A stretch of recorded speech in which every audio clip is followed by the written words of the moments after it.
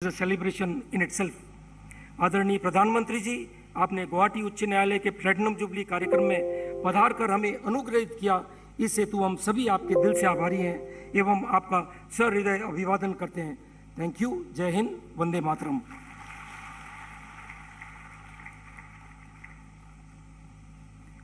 धन्यवाद महोदय। May I now request Honorable Justice Shri Rishikesh Roy, Judge, Supreme Court of India, to kindly present his speech.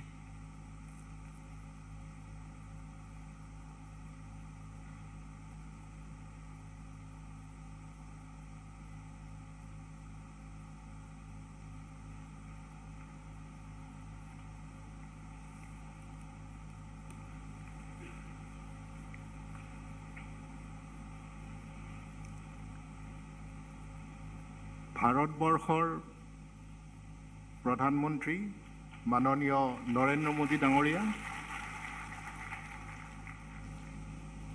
অসমৰ ৰাজ্যপাল শ্ৰী গুলাব চন্দ্ৰ কাটাৰিয়া ডাঙৰীয়া,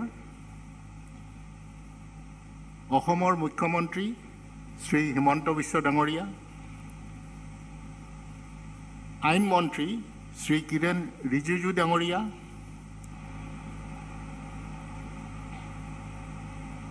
অৰুণাচল প্ৰদেশৰ মুখ্যমন্ত্ৰী শ্ৰী পেমা খাণ্ডু ডাঙৰীয়া, Chief Justice Sandeep Mehta ji, and all the members of the legal fraternity, advocate generals, lawyers, gracious spouses, the mother of the Chief Justice, आपको नमस्कार।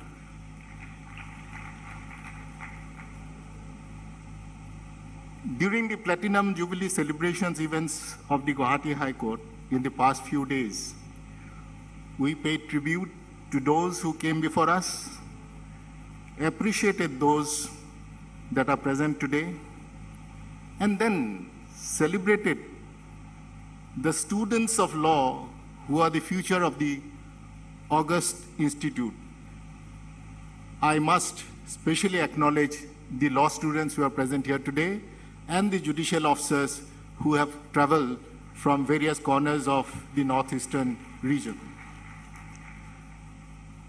While assembling for the final function of this 75-year-old legacy, we usher in the Assamese New Year with a renewed sense of purpose and hope. We have a chance to build upon our successes and to address the challenges that lie ahead. We have an opportunity to chart a course for the future that is grounded in our values and guided by our clear vision of the architects of our Constitution. Today, we not only celebrate Bohag Bihu. The Chief Justice mentioned about my taking leave for the day and be present. I was tempted to say that एक छुट्टी घोषणा कर दी गई for the Guwahati High Court Platinum Jubilee celebration, but it is not so. It is for the great doyen of the architect of the Indian Constitution, Dr. Baba Saheb Ambedkar, whose birthday also we celebrate today. And look at Baba Saheb Ambedkar. He has, by being born on this day, has facilitated my presence in Guwahati without having to leave work for the day. Baba Saheb, as those who are connected with judiciary would know, always professed about liberty, equality, fraternity, and strive to balance the need for justice for the downtrodden and the needy. And there could be no place better than Guwahati, the gateway city of the Northeast, to speak about the ideas of this great law scholar who spearheaded the writing of the Indian Constitution. Baba Saheb emphasized on access to justice for all, regardless of their social or economic background. And in this celebratory fervor, let us be mindful that despite the progress made by our country, inequality is deep-rooted particularly for those who are underprivileged, socially deprived, and also geographically distanced. We all know about the keenness of the Chief Justice of India, Dr. D.Y. Chandrachud, and his constant efforts to ensure that justice is made available to everyone, be it the marginalized, women, Dalits, transgenders, the tribal populace of our country. Through use of technology, he has removed many barriers in the court functioning. It has enabled a litigant from, let us say, Arunachal Pradesh to have his local lawyer argue a matter before the Supreme Court in Tilak Marg in Delhi without having to pay the high fee for a Delhi-based lawyer. The Union Law Minister, Shri Kiran Rijiju, has time and again assured the government's cooperation for improving the justice delivery system in the country. Asomor Mukhyamantri, Dr. Himanta Biswa Sarma Dangoriyai, has also assured full governmental cooperation for development and judicial infrastructure in Assam. On this auspicious occasion of celebrating of 75 years of the Guwahati High Court, I would request both the Law Minister and the Chief Minister to provide necessary support so that access to justice does not remain a difficult process for the common litigant.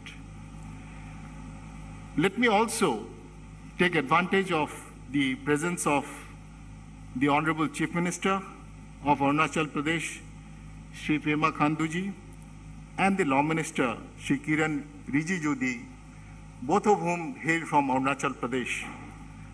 A new High Court building is under construction in Itanagar, the capital city of Arunachal Pradesh, and I will request both these very powerful functionaries of government to give us the boost and support so that this project of a new building for the Itanagar, Arunachal Pradesh bench of the Guwahati High Court becomes a reality ahead of the targeted schedule and should not slack either for lack of guidance or for lack of funds.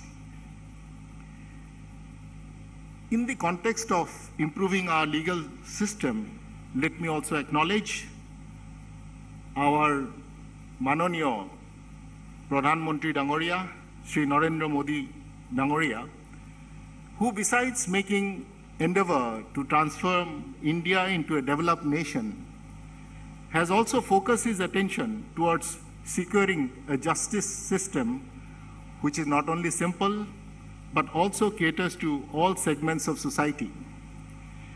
The Prime Minister, in the Conference of Chief Ministers and the Chief Justices of the High Courts at Vigyan Bhavan in Delhi in April last year, significantly said that we are trying to ensure that in the coming days, there is not only a complete legal terminology for the laws in our country, but also a simpler version of the same laws in a language well understood by the common man. Such efforts, in my estimation, are an important steps towards access to justice, as was spoken by Dr. Ambedkar, the founding father of the Indian Constitution. Ladies and gentlemen, may I request you to give a round of applause to the Honorable Prime Minister for the initiative that he has taken towards making justice accessible to the common man. Today, as we celebrate the Assamese New Year and the birthday of Dr. Ambedkar, let me congratulate the Guwahati High Court Chief Justice, Sandeep Mehta, and his brother and sister judges, the lawyers who are practicing here, the judicial officers who have come from all over the 4 states covered by the Guwahati High Court, for being an integral part of the justice delivery system in the Northeast and being ever so conscious on the need to balance justice for the poor and marginalized of the society. Ladies and gentlemen, I'll just take half a minute more. As you know, in the Supreme Court, we have judges who represents all corners of the country. For instance, in Guwahati, we have the Rajyapal Mahoday, the Chief Justice, both hailing from Rajasthan. And similarly, in Delhi Supreme Court, we have two honorable judges, Justice Ajay Rastogi, Justice Dinesh Maheshwari, who hail from Rajasthan.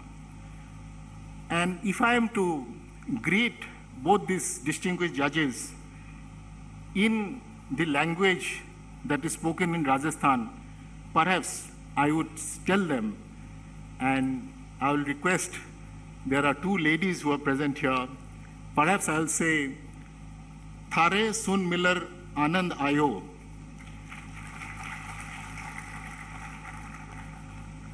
Next, if I have to speak about the representative from Arunachal Pradesh, the law minister and the chief minister both have had their education in Delhi, and I find the law minister very, very capable and fluent in his delivery of lectures in Hindi. And मैं उनको कहूँगा, और जो हिंदी वाले हैं, आपसे मिलकर बहुत आनंद महसूस हुआ. We are in Assam, and we can't be avoiding a greeting in Assamese, and that I have no difficulty because that is my mother tongue. So to the Manoniya Mukhyamantri, Shri Himanta Biswa Dangoria, and all the ladies and gentlemen and the students who are present here, Apunalokok log pai bahut anandito hoisu. A final attempted greeting I will try today, and you will pardon me if I go wrong. We have two colleagues in the Supreme Court who come from Gujarat. We have brother Mukesh Bhai Rasik Lal, who is a judge from Gujarat, and we have Bela Ben. And if I have to greet the Prime Minister and these two distinguished judges from the Supreme Court, perhaps I would say, Tamne Maline Anand Thayo. With this, I thank you everybody and wish you a very, very happy Rongali Bihu. Jai Hind.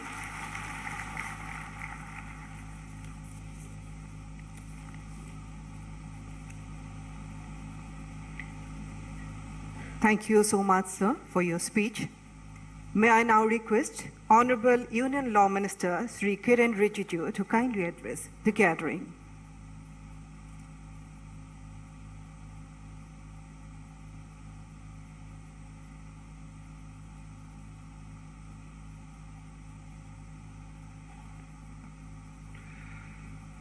आदरणीय प्रधानमंत्री श्री नरेंद्र मोदी जी, आदरणीय governor Assam के गुलाब चंद कटारिया जी, आदरणीय मुख्यमंत्री असम के doctor Himanta Biswa Sarma ji, आदरणीय अरुणाचल प्रदेश के मुख्यमंत्री पेमा खांडू जी, सुप्रीम कोर्ट के जज justice Hrishikesh Roy, chief justice Guwahati high court justice Sandeep Mehta ji, Assam के लॉ मिनिस्टर रंजीत दास जी, और असम और पूरे हमारे 4 राज्यों के जितने जजेस हैं, गुवाहाटी हाई कोर्ट के और डिस्ट्रिक्ट लोअर कोर्ट्स के, बार काउंसिल ऑफ इंडिया के प्रतिनिधिगण,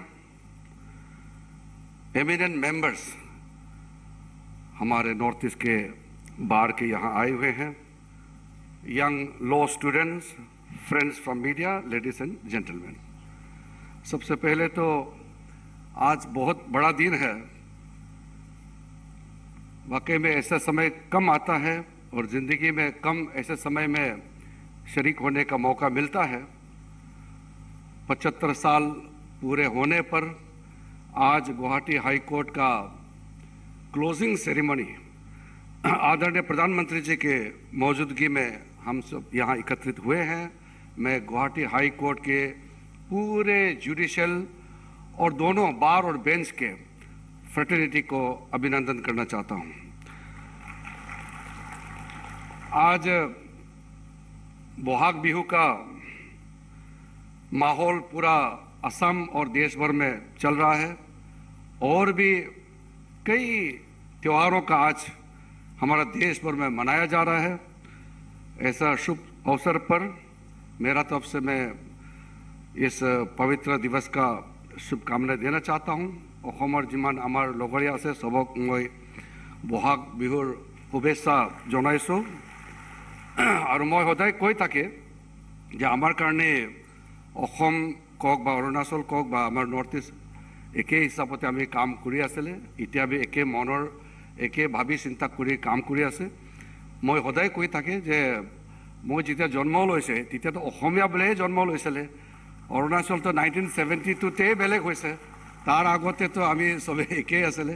এডমিনিষ্ট্ৰেটিভ কনভিনিয়েন্স কাৰণে আমি বেলেগ বেলেগ হৈছে, কিন্তু কাম কাজটো একেলগতে আমাৰ প্ৰাইম মিনিষ্টাৰৰ আশীৰ্বাদ লৈ গোটেই নৰ্থ ইষ্টটো আগবাঢ়ি আছে। সেই পুৰা টিম আজি আমি ইয়াৰ পৰা আকৌ এটা নতুন চিন্তা ভাবি কৰি আমি কাম কৰিবলৈ আমি প্ৰতিবদ্ধ ল'ম। আৰু আমাৰ especially 75 years of India's independence আৰু 75 years of the existence of Guwahati High Court same time হৈ গ'ল। সেইটো কাৰণে এটা সেলিব্ৰেশনৰ মোডটো অলপ বেলেগ ধৰণত আমি হৈ আছে। নহ'লে মই কেতিয়াবি এটা হাইকোৰ্টৰ প্লেটিনাম জুবিলি ইমান লম্বা সেলিব্ৰেশন কৰাটো মই কেতিয়া দেখা নাছিলে। ফাৰ্ষ্ট টাইম মানে गुवाहाटी हाई कोर्ट और अभी देखी आसो।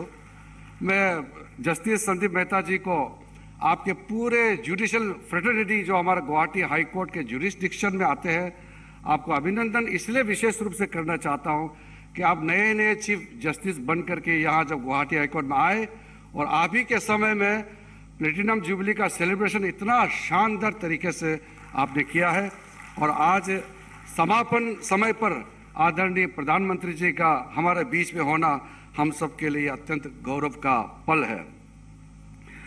आज हमारे जो संविधान के शिल्पकार बाबा साहब doctor B are Ambedkar ji का जन्म जयंती भी है।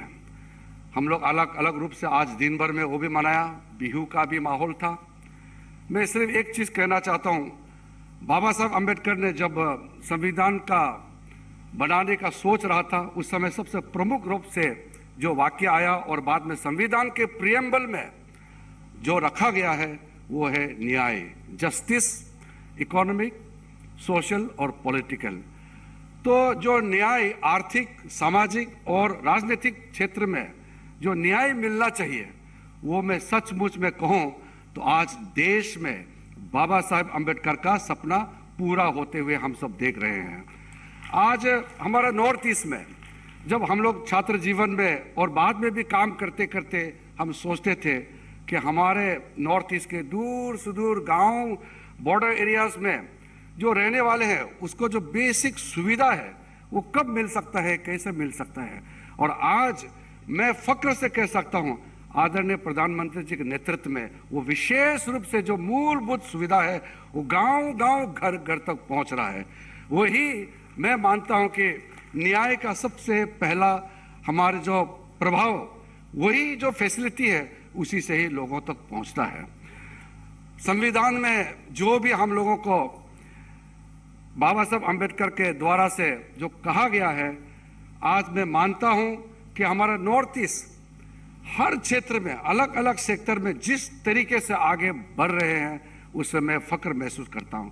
और साथ साथ मैं क्योंकि नॉर्थ ईस्ट का दूर दराज एक आदिवासी क्षेत्र से आता हूं और हमारे बाबा Saheb Ambedkar first law minister वो ऐसे समाज से आते हैं, उन्होंने अपने जीवन काल में हम लोगों को दिखाया है कि मेहनत करके देश के लिए काम करने का जो सपना लेकर के चलेंगे तो कुछ ना कुछ करने का जरूर सबको मौका मिलेगा। आदरणीय प्रधानमंत्री जी ने विश्वास करके इस नॉर्थ ईस्ट के दूर जगह से आने वाला एक सांसद को इस देश का लॉ मिनिस्टर बनाया और इसके लिए मैं भरपूर कोशिश कर रहा हूं कि जो विश्वास हमें जताया है हम जमीन पर जाकर के उसका हम पूरा करेंगे। कई चीजें हैं मैं उल्लेख करना चाहता हूं, लेकिन आज समय कम है इसलिए मैं पूरा नहीं कहूँगा। लेकिन जो हमारे लोकल भाषाओं में, असम में जैसे आसामीस है, इसके अलावा हमारा नॉर्थ ईस्ट में छोटे छोटे जितना भी जो कम्युनिटीज़ है, सबके भाषा को लेकर के कई काम किया जा रहा है।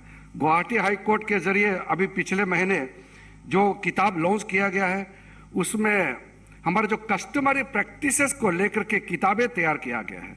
वो डॉक्यूमेंटेशन जो हुआ है, राभा कम्युनिटी, टीवा कम्युनिटी, जेमे नागा, असम के बोडोस, अरुणाचल के निशीस, त्रिपुरा के हलम्स, इनका जो कस्टमरी प्रैक्टिसेस को लेकर के जो डॉक्यूमेंटेशन हुआ है, मैं मानता हूं कि न्याय दिलाने में ये सारे जो काम किए हैं बहुत उससे मदद मिलने वाले हैं।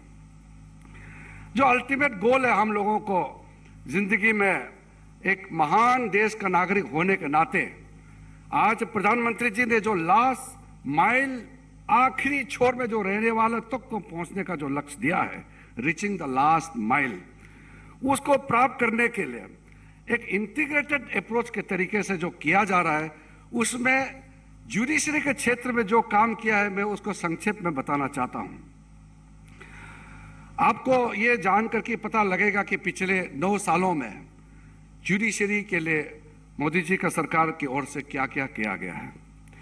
2014 तक हमारे देश में टोटल कोर्ट होल्ड्स, उनका संख्या था 15,818, 15,818, और 9 साल के अंदर में, अभी 9 साल पूरे नहीं हुए हैं और ये संख्या बढ़ के 2,297 हो चुके हैं। और अभी वर्तमान में जो लास्ट स्टेज कंस्ट्रक्शन चल रहा है, जो हमारे न्याय विकास पोर्टल के माध्यम से जियो टैगिंग करके हम लगातार मॉनिटर कर रहे हैं, 2,806 इस वक्त कंस्ट्रक्शन चल रहा है। तो आप समझ सकते हैं कि किस गति में जुडिशियल इंफ्रास्ट्रक्चर का काम किया जा रहा है। टोटल रेसिडेंशियल यूनिट्स 2014 तक हमारे देश में था 10,211, और अभी जो 1,655 अंडर कंस्ट्रक्शन को मिला के और जो कंप्लीट किया गया है उसका संख्या हो गया 20,407, 20,407। तो डबल 9 साल के अंदर में टोटल जुडिशियल इंफ्रास्ट्रक्चर का जो नंबर्स है वो डबल आगे बढ़ा है। इसी प्रकार से जब हम देखते हैं कि ये जो नए भारत के समय में न्यू इंडिया का जो कॉन्सेप्ट मोदी जी ने लॉन्च किया है, उसमें सबसे अहम भूमिका निभा रहा है डिजिटल इंडिया। भारतीय कोर्ट्स को डिजिटलाइज करने के लिए, उसको टोटल पेपरलेस इंडियन कोर्ट्स का कंसेप्ट का सपना को पूरा करने के लिए अभी अभी प्रधानमंत्री जी के नेतृत्व में जो बजट पेश किया गया है, बजट में 7,000 करोड़ का ई कोर्ट्स मिशन प्रोजेक्ट का फेज 3 का घोषणा किया गया है। मैं मानता हूं कि ये 7,000 करोड़ का जो एलोकेशन हुआ है पहली बार भारत के इतिहास में, इससे फ्यूचर विजन जो पेपरलेस इंडियन कोर्ट्स का जो हमारे सोच है उसका पूरा करने में सहायता मिलेगा। और लोअर जुडिशरी का अभी चीफ जस्टिस साहब ने जिक्र किया है, पिछले साल कैबिनेट की ओर से 9,000 करोड़ लोअर जुडिशरी इंफ्रास्ट्रक्चर के लिए जो घोषणा हुआ, उसमें राज्य सरकार के मदद से 40% राज्य सरकार को उसमें कंट्रीब्यूशन करना होता है। मैं मानता हूं कि ये 2026 का जो टारगेट है 9,000 करोड़ को पूरा खर्चा करने में राज्य सरकारों का पूरा मदद मिलेगा। और लोअर जुडिशरी का जो बेसिक इंफ्रास्ट्रक्चर है, कोर्ट रूम से लेडीज का अलग से लोअर हॉल, टॉयलेट बाथरूम का अलग से सुविधा, हमारे दिव्यांगजनों के लिए अलग से वहां व्यवस्था बनाना है, ये जो सारा प्रोविजन लोअर जुडिशियल इंफ्रास्ट्रक्चर के लिए सेंट्रल स्पॉन्सर्ड स्कीम्स का जो हम लोगों ने जो लॉन्च किया है, उसके लिए मैं आप सबके पूरे भारत के जुडिशरी की ओर से आदरणीय प्रधानमंत्री जी को बहुत बहुत धन्यवाद देना चाहता हूं। अंत में मैं इतना जरूर कहना चाहता हूं कि हमारे नॉर्थ ईस्ट अब किसी भी क्षेत्र में पीछे नहीं है, और जुडिशरी के क्षेत्र में भी जो मैंने आपको गिन के बताया, ऐसे हर क्षेत्र में हम लोग आगे बढ़ रहा है। इसी का प्रतीक है आज आदरणीय प्रधानमंत्री गुवाहाटी हाई कोर्ट का प्लेटिनम जुबिली का जो क्लोजिंग सेरेमनी है, इसका समापन प्रधानमंत्री जी की मौजूदगी में हो रहा है। ये हम सब के लिए, पूरा नॉर्थ ईस्ट के लिए, और जो गुवाहाटी हाई कोर्ट के जुरिस्डिक्शन के बाहर 2012 तक तो सब एक ही थे, चाहे त्रिपुरा हो, मेघालय हाई कोर्ट हो या हमारा इम्फाल का हाई कोर्ट हो मणिपुर का, ये सारा हम लोग एक ही गुवाहाटी हाई कोर्ट के कोख से जन्म हुआ है। और सभी नॉर्थ ईस्ट के पूरे जुडिशियल फ्रेटर्निटी को आज के इस प्लेटिनम जुबिली के अंतिम हम लोग जब यहाँ सेरेमनी मना रहे हैं, मेरा तरफ से सबको बहुत बहुत अभिनंदन करना चाहता हूँ। जय हिंद।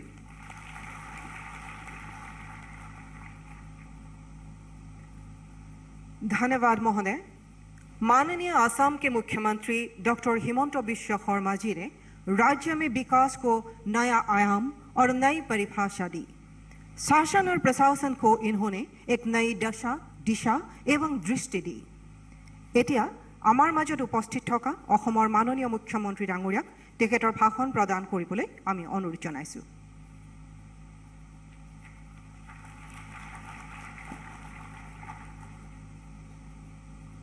আমাৰ সকলোৰে শ্ৰদ্ধাৰ আদৰৰ ভাৰতৰ প্ৰধানমন্ত্ৰী নৰেন্দ্ৰ মোদী ডাঙৰীয়া, ভাৰত চৰকাৰৰ আইন মন্ত্ৰী কিৰেণ ৰিজিজু ডাঙৰীয়া, অসমৰ মহামান্য ৰাজ্যপাল শ্ৰী গুলাব চান্দ কাটাৰিয়া ডাঙৰীয়া, অৰুণাচল প্ৰদেশৰ সন্মানীয় মুখ্যমন্ত্ৰী পেমা খাণ্ডু ডাঙৰীয়া, উচ্চতম ন্যায়ালয়ৰ সন্মানীয় ন্যায়াধীশ ন্যায়মূৰ্তি হৃষিকেশ ৰয় ডাঙৰীয়া, গুৱাহাটী উচ্চ ন্যায়ালয়ৰ মুখ্য ন্যায়াধীশ ন্যায়মূৰ্তি সন্দীপ মেহতা ডাঙৰীয়া, উপস্থিত গুৱাহাটী উচ্চ ন্যায়ালয়ৰ ন্যায়াধীশসকল, গুৱাহাটী উচ্চ ন্যায়ালয়ৰ অধিবক্তাসকল, জুডিচিয়েল অফিচাৰসকল, সন্মানীয় সুধীবৃন্দ, আজি আমাৰ বাবে এটা পৰম সৌভাগ্যৰ দিন। ৰাতিপুৱাই মাননীয় প্ৰধানমন্ত্ৰী ডাঙৰীয়াই উত্তৰ পূৰ্বৰ প্ৰথমখন All India Institute of Medical Science অসমবাসীলৈ উপহাৰ দিলে। এনে এক সুন্দৰ দিনত প্ৰধানমন্ত্ৰী ডাঙৰীয়াই অসমত নতুন 3খন চিকিৎসা মহাবিদ্যালয়ৰ শুভ উদ্বোধন কৰিলে আৰু আজিৰ দিনটোত প্ৰধানমন্ত্ৰী ডাঙৰীয়াই 14,000 কোটি টকাৰ প্ৰকল্পৰ শুভাৰম্ভ বা উদ্বোধন কৰিব। উত্তৰ পূবৰ বাবে, অসমৰ বাবে আজিৰ দিনটো এটা আনন্দৰ দিন। मैं भारतवर्ष का सम्मानीय प्रधानमंत्री परम आदरणीय नरेंद्र मोदी जी को बहाग बिहू का बहुत बहुत शुभकामना देता हूँ। गुवाहाटी उच्च न्यायालय गौरवमय ऐतिह्यই ৭৫টা বছৰত ভৰি দিলে। আজি ৭৫ বছৰ সম্পূৰ্ণ হ'ল। গুৱাহাটী উচ্চ ন্যায়ালয়ৰ যি পৰম্পৰা, যি ঐতিহ্য আৰু উত্তৰ পূৰ্বৰ ন্যায় ব্যৱস্থালৈ ইয়াৰ যি অৱদান, তাৰ বিষয়ে যোৱা ৫ তাৰিখৰ পৰা আমি বিভিন্ন সভাত আলোচনা কৰিছোঁ আৰু গুৱাহাটী উচ্চ ন্যায়ালয়ৰ গৌৰৱময় ৭৫টা বছৰৰ যি পৰম্পৰা, তাক আমি সকলোৱে সন্মান জনাইছোঁ। ভাৰতৰ স্বাধীনতাই ৭৫ বছৰ পাৰ কৰিলে। এতিয়া আমাৰ অমৃতকাল আৰম্ভ হ'ল। প্ৰধানমন্ত্ৰী নৰেন্দ্ৰ মোদী ডাঙৰীয়াই সপোন দেখে যে অমৃতকালত ভাৰতবৰ্ষ বিশ্বগুৰু হওক, আত্মনিৰ্ভৰ ভাৰত হওক, ভাৰতৰ পৰম্পৰা ঐতিহ্য বিশ্বৰ চাৰিওফালে বিয়পি পৰক। मैं यही कामना करता हूँ कि ये अमृत काल में एग्जीक्यूटिव हो, लेजिस्लेचर हो या जुडिशियरी हो, सबका उद्देश्य एक ही दिशा में जाना चाहिए। कैसे अगले 25 साल में हम हमारे भारतवर्ष को एक विश्व गुरु का आसन में देख सकता हूँ, कैसे हमारे भारतवर्ष एक डेवलप कंट्री नहीं एक सुपर पावर बन सकता है। प्रधानमंत्री जी का यह सपना साकार करने के लिए न्यायपालिका हो, कार्यपालिका हो या लेजिस्लेचर हो, सबको एक दिशा में काम करना है। किस लिए ये प्रधानमंत्री जी का आशा नहीं है, ये हमारा देश का सपना है, पूरा भारतवासी का सपना है, जो प्रधानमंत्री जी ने या हमारे कंट्री में हो या देश का बाहर, यही सपना का साकार करने के लिए दिन रात मेहनत कर रहा है। और हमें सब मिलके ये मेहनत को कैसे लक्ष्य तक जा सकता है, ये 25 साल में अमृत काल में, इसके लिए हमें सबको मिलके काम करना है। भारतर गणतांत्रिक व्यवस्था न्यायपालिकार एक महत्वपूर्ण भूमिका आछे। गुवाहाटी उच्च न्यायालये जोआ 75 बछरत अत्यंत गौरवेरे सहिते সেই दायित्व पालन करिले। 75 बछৰৰ प्लेटिनाम जुबली आमार मुख्य न्यायाधीश न्यायमूर्ति सन्दीप मेहता डांगरियार नेतृत्वत अत्यंत सुंदरभावे आमी पालन करिছোঁ আৰু आमी सकलोৱে अनागत 25 बछৰৰ आमार दायित्व सम्पर्के अवगत হৈছোঁ।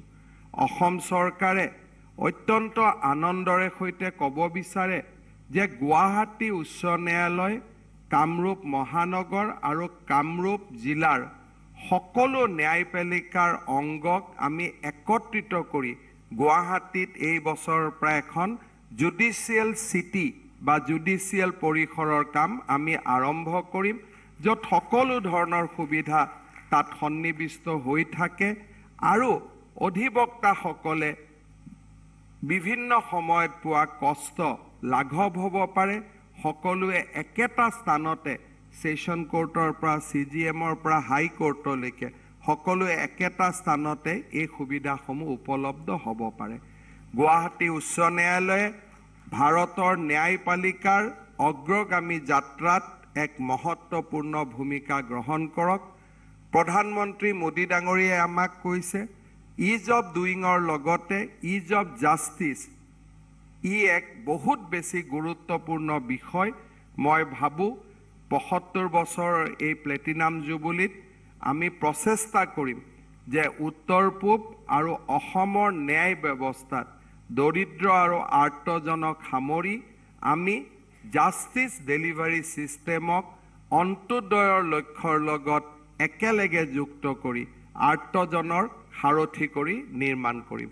সকলোকে পুনৰ এবাৰ 75 বছৰৰ ঐতিহ্যমণ্ডিত এই গৌৰৱময় যাত্ৰাৰ বাবে অভিনন্দন জনাইছোঁ আৰু অমৃত কালৰ বাবে আগতীয়া শুভেচ্ছা জনাইছোঁ। ধন্যবাদ। জয় Hind, Vande Mataram.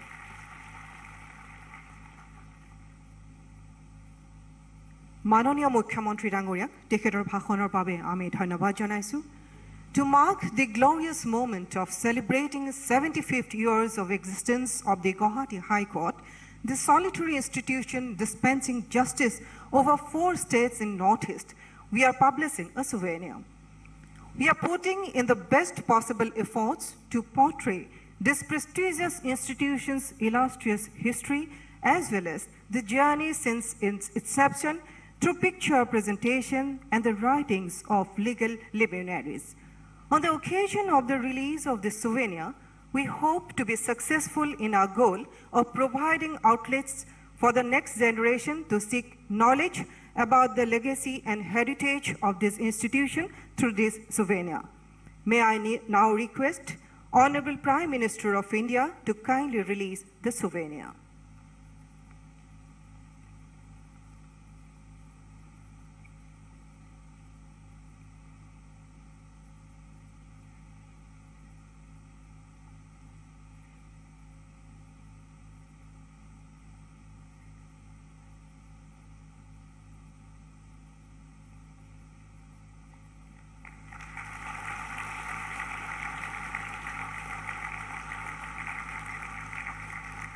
Thank you so much. महोदय, असम पुलिस ने फील्ड पुलिस अधिकारियों के लिए एक मोबाइल आधारित एप्लीकेशन तैयार किया है जिसके माध्यम से वे CCTNS और वाहन डेटाबेस से अभियुक्त की खोज और वाहन की खोज कर सकते हैं। मैं माननीय प्रधानमंत्री जी से मोबाइल ऐप लॉन्च करने का अनुरोध करती हूं।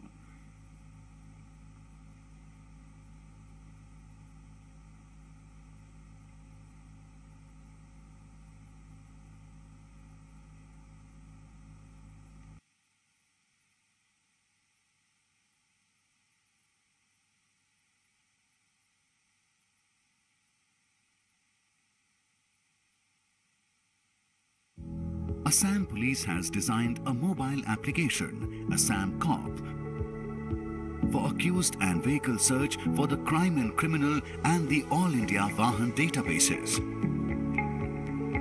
This new app intends to take Assam Police another step forward towards application of technology in policing. It is an exclusive application for the field police personnel, introduced for the first time in Assam and Northeast.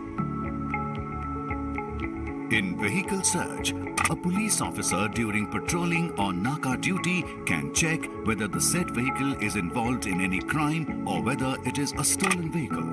One can check whether the registration number plate is genuine or not, who is the actual owner of the vehicle, and what is the model and make of the vehicle. This app will break the backbone of the vehicle lifters and also help in immediate detection of the duplicate number plates. In accused search, a police officer can verify whether a suspect person is involved in any offense in the state. When a name is typed, list of all the cases against that individual will be displayed. The police officer can also check the FIR status and also download the FIR copy. This will help in tracking wanted criminals at Naka points, especially at interstate borders. Concerned police stations can be informed immediately. This feature will help in tracing the absconders. Police officers can download this app on their mobile phones and log in using their CCTNS user ID and password. A step forward in modernization of the Assam Police Force.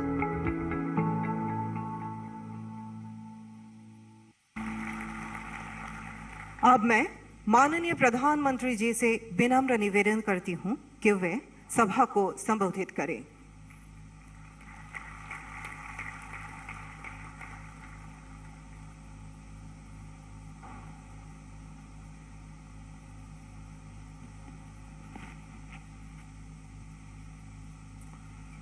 Assam के राज्यपाल श्रीमान गुलाब चंद जी कटारिया, मुख्यमंत्री श्रीमान हेमंत बिश्वा शर्मा जी,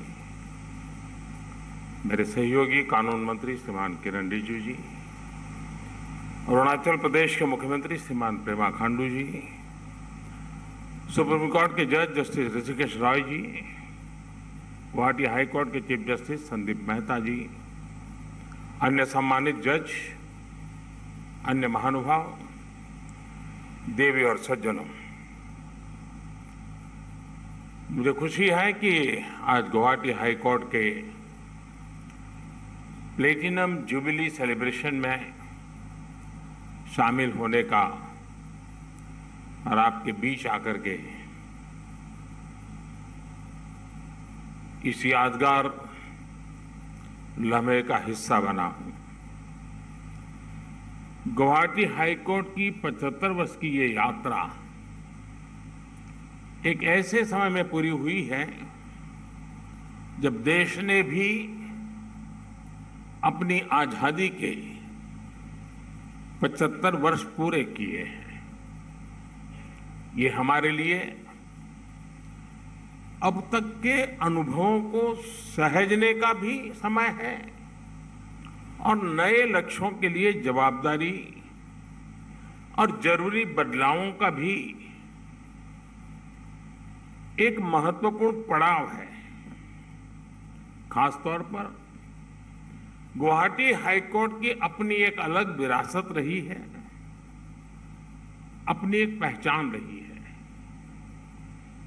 एक ऐसी high court है जिसके jurisdiction में का दायरा सबसे बड़ा है असम के साथ साथ आप अरुणाचल प्रदेश, मिजोरम और नागालैंड यानी 3 और राज्यों को भी सेवा की जिम्मेदारी निभाते हैं। 2013 तक तो गुवाहाटी हाई कोर्ट की ज्यूरिडिक्शन में पूर्वोत्तर के 7 राज्य आते थे। इसलिए गुवाहाटी हाई कोर्ट की 75 वर्ष की इस यात्रा में पूरे पूर्वोत्तर का अतीत जुड़ा हुआ है, लोकतांत्रिक विरासत जुड़ी हुई है। मैं इस अवसर पर असम और पूर्वोत्तर के सभी लोगों को और खासकर यहां की अनुभवी लीगल फ्रेटर्निटी को बहुत बहुत शुभकामनाएं देता हूं। साथियों, आज एक सुखद संयोग ये भी है कि आज ही, और जैसा सब लोगों ने इसका उल्लेख भी किया, डॉक्टर बाबा साहब आम्बेडकर की जयंती भी है। हमारे संविधान के निर्माण में बाबा साहब की मुख्य भूमिका रही है। संविधान में समाये समानता और समरसता के मूल्य ही आधुनिक भारत की नींव है। मैं इस पुण्य अवसर पर बाबा साहब के चरणों में भी श्रद्धांजलि अर्पित करता हूं। साथियों, इस बार स्वतंत्रता दिवस पर मैंने लाल किले से भारत की एस्पिरेशनल सोसाइटी और सबका प्रयास के बारे में विस्तार से बात की थी। आज 21वीं सदी में हर भारतवासी के सपने और उसकी आकांक्षाएं असीम है। इनकी पूर्ति में लोकतंत्र के एक स्तंभ के तौर पर हमारी सशक्त और संवेदनशील जुडिशरी की भूमिका भी उतनी ही अहम है। देश के संविधान की भी हम सभी से ये निरंतर अपेक्षा है कि हम समाज के लिए एक वाइब्रेंट, स्ट्रांग और आधुनिक लीगल सिस्टम बनाएं। एस्पिरेशनल इंडिया इसके सपनों को पूरा करने के लिए ये जिम्मेदारी लेजिस्लेचर, एग्जीक्यूटिव और जुडिशरी तीनों ही अंगों की है। हम कैसे मिलकर काम कर रहे हैं, इसका एक उदाहरण पुराने और अनुपयोगी कानूनों को निरस्त करना भी है। आज यहां कई कानूनी दिग्गज मौजूद हैं। आप जानते हैं कि हमारे यहां के कई कानूनी प्रावधान ब्रिटिश काल से चले आ रहे हैं। कई ऐसे कानून हैं जो अब पूरी तरह अप्रासंगिक हो चुके हैं। सरकार के स्तर पर हम इनकी निरंतर समीक्षा कर रहे हैं। हमने ऐसे 2000 केंद्रीय कानूनों की पहचान कर उनको खत्म कर दिया, और जो अप्रचलित और निरर्थक हो गए थे, कालबाह्य हो गए थे, हमने 40,000 से ज्यादा कंप्लायंसेस को भी समाप्त किया है। व्यापार के दौरान होने वाली अनेक छोटी गलतियों को भी हमने डीक्रिमिनलाइज कर दिया है। इस सोच और अप्रोच ने देश की अदालतों में केसेस की संख्या को भी कम करने में अहम भूमिका निभाई है। साथियों, सरकार हो या जुडिशरी, अपनी अपनी भूमिकाओं में हर संस्था का संवैधानिक दायित्व सामान्य मानवीय की ईज ऑफ लिविंग से जुड़ा है। आज ईज ऑफ लिविंग के इस लक्ष्य के लिए टेक्नोलॉजी एक पावरफुल टूल बनकर उभरी है। सरकार में हम हर संभावित क्षेत्र में टेक्नोलॉजी की पूरी क्षमता का इस्तेमाल करने का प्रयास कर रहे हैं। डीबीटी हो, आधार हो, डिजिटल इंडिया मिशन हो, ये सभी अभियान गरीब को उनके अधिकार दिलाने का बहुत बड़ा माध्यम बने हुए हैं। आप सभी पीएम स्वामित्व योजना से भी शायद परिचित होंगे। दुनिया के बड़े बड़े देश, विकसित देश भी जिस चुनौती से जूझ रहे हैं उनमें से एक है प्रॉपर्टी राइट्स की समस्या। प्रॉपर्टी राइट्स स्पष्ट ना होने से देश का विकास रुकता है, अदालतों पर मुकदमों का बोझ बढ़ता है। आपको ये जानकर खुशी होगी कि पीएम स्वामित्व योजना के माध्यम से भारत ने इसमें बहुत बड़ी लीड ली है। आज देश के 1 लाख से ज्यादा गांवों में ड्रोन के जरिए मैपिंग का काम पूरा किया जा चुका है और लाखों लोगों को प्रॉपर्टी कार्ड भी दिए जा चुके हैं। इस अभियान से भी जमीन से जुड़े विवादों में कमी आएगी, जनता की परेशानी कम होगी।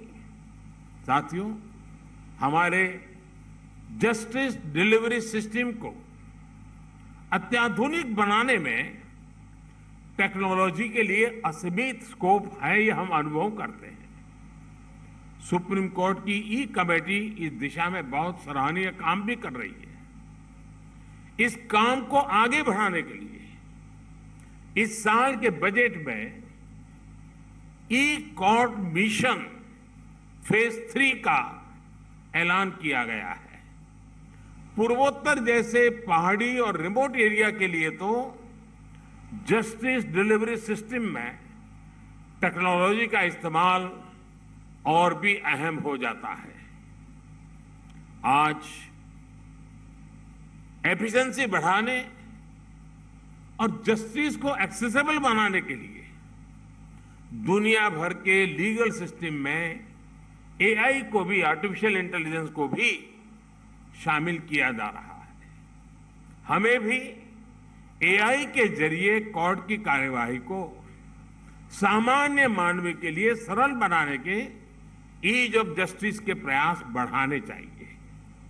साथियों, न्याय व्यवस्था में ऑल्टरनेटिव डिस्प्यूट रिजोल्यूशन सिस्टम की बहुत बड़ी भूमिका होती है। पूर्वोत्तर में तो स्थानीय न्याय व्यवस्था की एक समृद्ध परंपरा रही है और अभी किरण जी ने उसका बड़ा विस्तार से वर्णन भी किया। और मुझे बताया गया है कि प्लेटिनम जुबिली सेलिब्रेशन के अवसर पर गुवाहाटी हाई कोर्ट के लॉ रिसर्च इंस्टीट्यूट ने 6 किताबें प्रकाशित की हैं। ये किताबें कस्टमरी लॉज पर लिखी गई हैं। मैं समझता हूं ये बहुत ही सराहनीय कदम है। इस तरह की प्रथाओं के बारे में भी लॉ स्कूल में पढ़ाया जाना चाहिए। साथियों, ईज ऑफ जस्टिस का एक प्रमुख अंग देश के नागरिकों को कानून के हर पक्ष की सही जानकारी होना भी है। इससे देश और संवैधानिक संस्थाओं में उसका भरोसा बढ़ता है। इसलिए सरकार में हमने एक और प्रक्रिया शुरू की है। जब कोई नया कानूनी मसौदा तैयार होता है तो उसका एक सिंपल वर्जन भी तैयार करने पर जोर दिया जा रहा है। कोशिश यही है कि कानून ऐसी भाषा में लिखा जाए जो लोगों को आसानी से समझ में आ जाए। ऐसी ही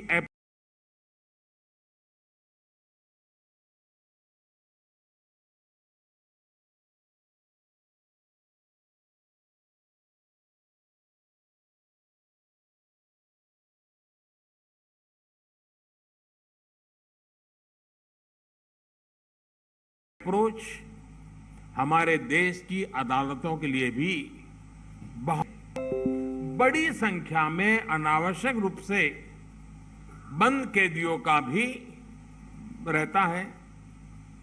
हमारे मेहता जी ने भी उसका उल्लेख किया। किसी के पास रहता है, हमारे मेहता जी ने भी उसका उल्लेख किया, किसी के पास जमानत के पैसे नहीं है, तो किसी के पास जुर्माना भरने के पैसे नहीं है, और कुछ लोग ऐसे हैं जो सब कुछ हो गया है लेकिन परिवार के लोग ले जाने के लिए तैयार नहीं है। ये सब लोग गरीब और कमजोर वर्ग से आते हैं। इनमें से ज्यादातर छोटे छोटे अपराधों में वर्षों से जेलों में ही है। इनके प्रति संवेदनशील होना सरकार और न्यायपालिका दोनों का कर्तव्य है। इसलिए इस साल के बजट में हमने ऐसे कैदियों को आर्थिक मदद देने के लिए अलग से प्रावधान कर दिया है।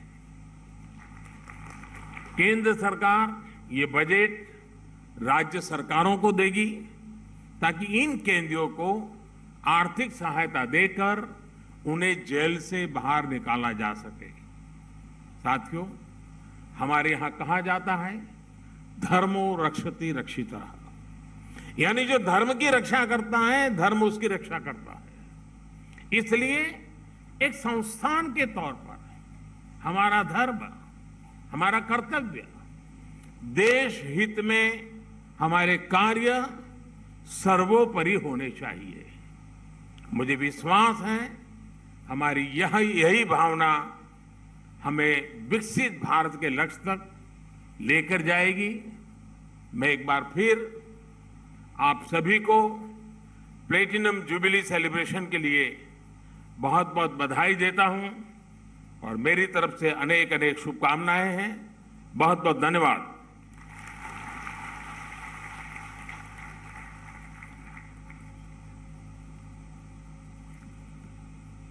आपके आशीर्वचन के लिए धन्यवाद।